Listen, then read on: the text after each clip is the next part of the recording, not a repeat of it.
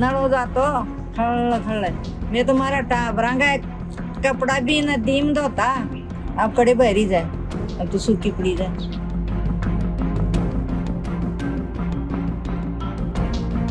खेती पशुपालन, छोटी खेती और पशुपालन इस पर निर्भर था। बड़ी बड़ी मशीनों से जैसे खनन करके इस नदी का अस्तित्व धीरे धीरे खत्म हो गया। 2 नंबर में सभी को रिस्क है, इनके भी है कमाई तो ज्यादा मिलती है लेकिन उसमें आदतन अपराधी बन जाते हैं।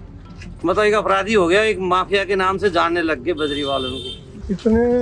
इतने गहरे खड्डे हैं और ये बजरी निकालने के बाद इन गहरे खड्डों में अब पानी नदी आए तो कैसे आए। पूरी नदी का ये हाल है, जगह जगह इस तरह के गड्ढे बड़ी मशीनों से निकालते हैं। तो ये लोग मोटरसाइकिल या जगह बैठे रहते हैं। जैसे हम लोग आइडेंटिफाई है, हम लोग इन्वायरमेंट के लिए काम करते हैं, नदी जंगल पहाड़ बचाने के लिए काम करते हैं। जैसे हमारी उपस्थिति का पता चलता है ये अलर्ट हो जाते हैं लोग और फटाफट या तो मशीनों को बंद कर देते हैं या वहाँ से हट जाते हैं। ये इनका वो है।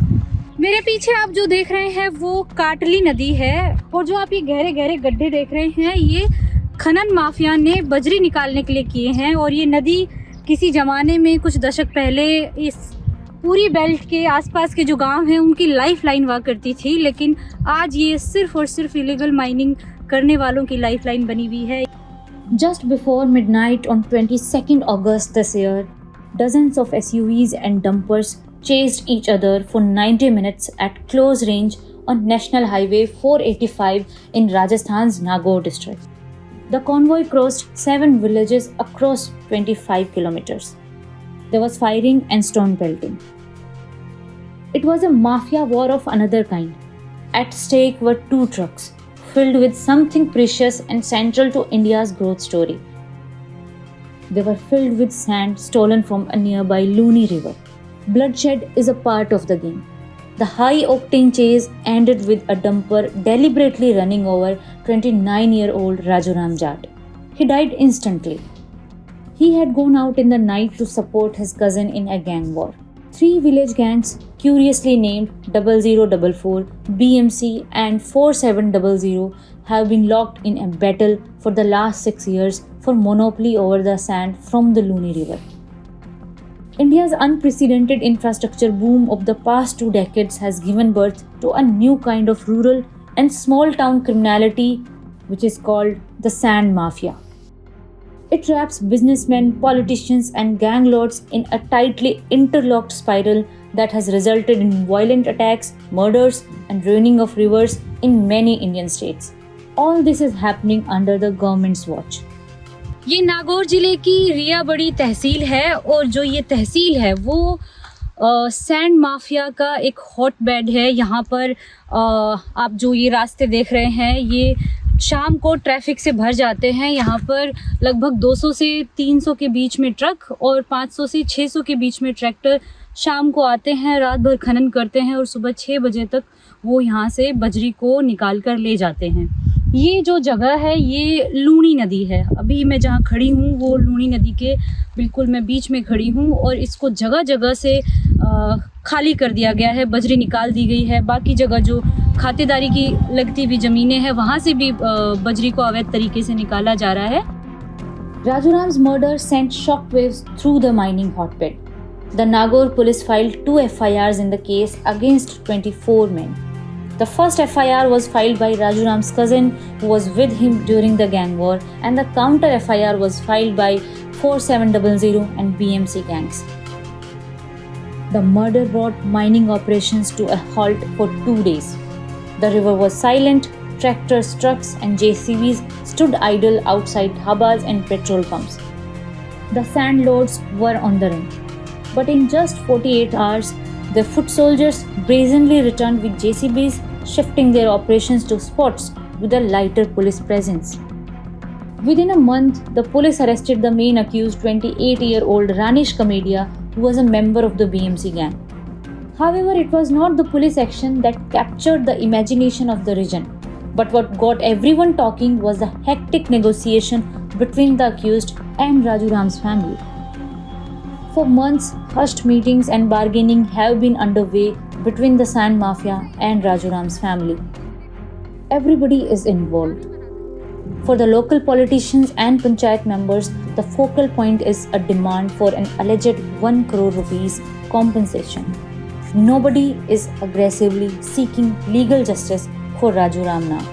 यहाँ बहुत सारी दुर्घटनाएं भी हुई है, क्योंकि वो माइनिंग के डर से उनको लोकेशन ख़राब होता है, तो माइनिंग की कोई प्लानिंग होती है, कोई माइनिंग आ रही है तो वो हड़बड़ाहट में चलाते हैं अपने व्हीकल को। ऐसी स्थिति में वो कई बार एक्सीडेंट भी कर देते हैं और कई लोगों की जानें जा चुकी है। अवैध बजरी खनन से इतने अपराधी बढ़ गए, अब रात के समय ये काम करते हैं तो गांव वालों को ये पता ही नहीं चलता है कि भाई ये कोई अवैध काम कर रहा है या कोई अवैध चोर है। मारपीट भी होती है कई बार, तो ये कंपनी माइनिंग वालों से मेरी बात होती है, वो खुद घबराते हैं, कार्रवाई करने में वो खुद सक्षम नहीं है। वो कहते हैं कि हमारे पास में सिक्योरिटी नहीं है, हमारे पास में RSC नहीं है, हमारे पास में पुलिस उपलब्ध नहीं है, तो साधन के बगैर हम वहाँ मौके पे जा नहीं सकते। ये सारी समस्याएं उनके सामने भी आती है। कम समय में उनको ज़्यादा कमाने के चक्कर में वो ऐसे जुड़ जाते हैं, ऐसे लोगों से जुड़ जाते हैं, फिर धीरे धीरे एक कंपनी बन जाती है। कंपनी बनने के बाद में वो एक ग्रुप बनता है। अभी बहुत सारे ऐसे ग्रुप है जो ट्रैक्टर वालों के चलते, एक आदमी को माइनिंग की भनक लगता ही वो ग्रुप में मैसेज डालेगा कि माइनिंग आ गई है, तो मतलब 100-200 लोग 500 लोग उससे जुड़े होते तो सबको खबर हो जाती है, तो माइनिंग भी कार्रवाई नहीं कर पाती है। Raju Ram wasn't involved in sand mining. He ran a shop in Dangavas village. But young men of his age are jumping into illegal sand mining across villages in Rajasthan. Sand is the hottest new cash-rich job for the youth.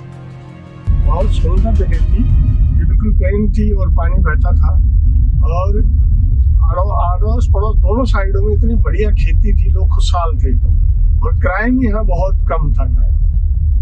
और अब crime की क्या स्थिति है? Crime तो youngster बेरोजगारी और उसके बाद में जो परंपरागत जो उसका आजीविका का साधन था, छोटी खेती और पशुपालन, वो खत्म हो गया। तो उसकी मजबूरी में अब वो घर वाले चाहते हैं सरकारी जॉब है नहीं, और कहाँ से पैसा कहाँ से आएगा, इसलिए धीरे धीरे लोग बच्चे अपराधों की और इलीगल माइनिंग में के जैसे बजरी है, चाहे पत्थर का है, चाहे किसी चीज का, तो उनके संपर्क में आने से बच्चों में झुकाव को पैसे के लालच में चले जाते हैं। कुछ इलीगल माइनिंग में इन्वॉल्व होकर कुछ ज्यादा पैसा कमा लेते हैं।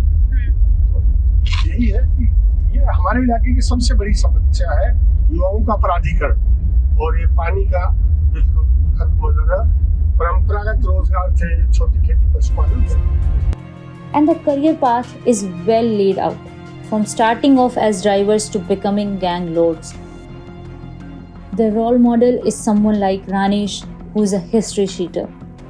In just 5 years of joining the illegal sand mining, Ranesh has emerged as a power center in the BMC gang. Teenagers often start off as JCB drivers or as escorts, leading the way for sand-filled tractors and trucks through the highways and kacha roads. Escorts have to stay on high alert and warn the gang members if they catch a whiff of a possible raid. The risky job only pays 10 to 15,000 rupees per month. But there is a good growth path for those who have a staying power. But it usually takes about 5 years to finally become a Ranesh, whose job is it to manage gang rivals, provide muscle and money during elections, and grow sand business. Signs of becoming a gang lord include buying the latest iPhone and acquiring a new black SUV each year. Today, it is no longer just legal sand miners or illegal sand mafia, but everybody is complicit and everyone makes money. From young drivers and escorts to the old men discreetly stationed at tea stalls, panchayat bhavans and chorahas to keep an eye on law enforcement. Others profit indirectly. In some villages, residents set up makeshift tax booths with official sounding names like Village Development Tax, Temple Tax and Gaushala Tax. At night, they issue tax permits to trucks and tractors passing through their village on the way to highway. Over the last decades, many families have sold their wheat and bajra fields and turned to sand mining. Others have profited from selling riverbed land and investing in agricultural and residential plots elsewhere. The illicit sand trade flourishes wherever the river flows, but some areas are more notorious than others. For example, in Savai Madhopur, it's more like a cottage industry where everyone shares in a slice of the action. The boom has prompted thousands of villagers to buy JCB's trucks and tractors through EMI schemes, and every second person is a mini sand baron. ये राजस्थान की बनास नदी है और बनास नदी की बजरी को high quality का माना जाता है। इसकी मार्केट वैल्यू जो है वो प्रति टन 1000 से 1200 रुपए के बीच में है और ये एक लगभग 5 किलोमीटर का जो स्ट्रेच है, यहाँ से रोजाना 200 ट्रक और 1000 ट्रैक्टर बजरी के निकलते हैं। ये शुरू हुआ है मैडम, यानी कि सब 2010 से चालू हो गया था। ये कुछ यहाँ के जो इधर आप गंगापुर साइड के हैं, दोसा साइड के लोग आने लग गए इधर, जो ठेकेदार भी आए हैं यहाँ। इन लोगों ने यहाँ ये की हुई है, बजरी के बारे में बताया कि ये है वो, ऐसे बजरी को ऐसे बेचते हैं तो इसमें ऐसे पैसे पैदा होते हैं, ये होते हैं वो होते हैं। तो यहाँ लोग चालू हो गए, ज़बरदस्त खनन किया है। वो हज़ारों ट्रैक्टर चलते हैं, 300-400 ट्रैक्टर बड़े गेट ट्रक चलते हैं, इनसे अवैध खनन किया जाता है ज़बरदस्त जी। 2017 से बहुत ज़बरदस्त चल रहा है ऐसा, डांटने वाला है नहीं कोई। मेघराज सिंह ने साहब इसमें, मेघराज सिंह ने अपनी लीज से भी नहीं निकाला, उसने उधर से निकाला है जो उसकी लीज नहीं है। और ये दबंग लोग हैं, उनको साथ में लिया है उन्होंने। इन्होंने 20-20 फीट के खड्डे कर दिए मेघराज सिंह जी ने, उसमें पानी आ गया ज़बरदस्त। जेसीबी आईलेंटियों के साथ से बजरी निकाली हुई है। यहाँ पानी आना ही बंद हो गया क्योंकि जगह जगह इसके खड्डे हो गए, जगह जगह वो हो गया। इसमें तो अवैध चल रहा है, पानी आने की तो वो रही नहीं। लड़ाई झगड़ा भी हुआ है इससे, तो आए दिन गार्ड ट्रॉलियों से, ट्रकों से आए दिन आदमी मरता है, मर्डर होते हैं। स्थिति ये हो चुकी है कि 50-50 के लगभग लीगल एंड इलीगल का गेम चल रहा है। आज 50% ये मान लो कि लीगल, 50 भी नहीं अप्रोच कर पाते, 50 से बल्कि कम ही हैं जो लीगल कर पा रहे हैं। बाकी 60%, 50 to 60% इलीगल माफिया आज वापस आदि हो चुके हैं और उनके खुलेआम क्या नाम से आज राजस्थान के अंदर उनके व्हीकल्स चल रहे हैं, माइनिंग कर रहे हैं, एक्सिबिशन कर रहे हैं, लेकिन उनको कोई रोकने वाला नहीं। सुप्रीम कोर्ट ने तो टाइम टू टाइम इस पर काफ़ी स्ट्रिक्टली ऑर्डर्स भी किए हैं, सब कुछ किया है, लेकिन स्टेट गवर्नमेंट के जो पॉलिटिशियंस है, यहाँ का एडमिनिस्ट्रेशन है, उस ऑर्डर को पूरा लेट को कर देते हैं लोग। इस तरीके से उसको मैनिपुलेट करते हैं कि आज बजरी के अंदर जो पैसा इन लोगों को नज़र आ रहा है, उस बजरी के उस पैसे से जो ये फल फूल रहे हैं, उसके सामने ये सब ऑर्डर्स को लेट गो कर देते हैं। उस ऑर्डर को कोई ना कोई उसका इंटरप्रिटेशन निकाल करके, और कोर्टों को भी गुमराह कर रहे हैं ये लोग, कोर्ट को सामने भी फैक्ट्स नहीं जाने। The illegal sand mining also extracts a heavy cost. Other than widespread crime and corruption, it depletes riverbeds, triggers erosion, disrupts natural water flows, and upsets aquatic ecosystems. It not only brings down groundwater levels but also impacts the quality of the water. Rajasthan में लगभग 32-33 block में पीने लायक पानी, तो आप लोगों के जीवन की कीमत पे क्या देना चाहते हैं?